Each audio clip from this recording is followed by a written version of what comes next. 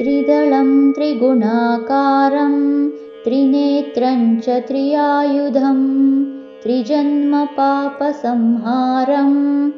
एकबिल्वं शिवार्पणम् त्रिशाकैर्बिल्वपत्रैश्च अच्छिद्रैः कोमलैः शुभैः तव पूजां करिष्यामि एकबिल्वं शिवार्पणम् दर्शनं बिल्ववृक्षस्य स्पर्शनं पापनाशनम् अघोरपापसंहारम् एकबिल्वं शिवार्पणम्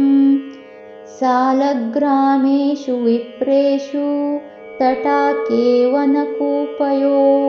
यज्ञकोटिसहस्राणाम् एकबिल्वं शिवार्पणम् दन्तिकोटिसहस्रेषु अश्वमेधशतानि च कोटिकन्याप्रदानेन एकबिल्वं शिवार्पणम् एकं च बिल्वपत्रं च कोटियज्ञफलं लभेत् महादेवस्य पूजार्थम् एकबिल्वं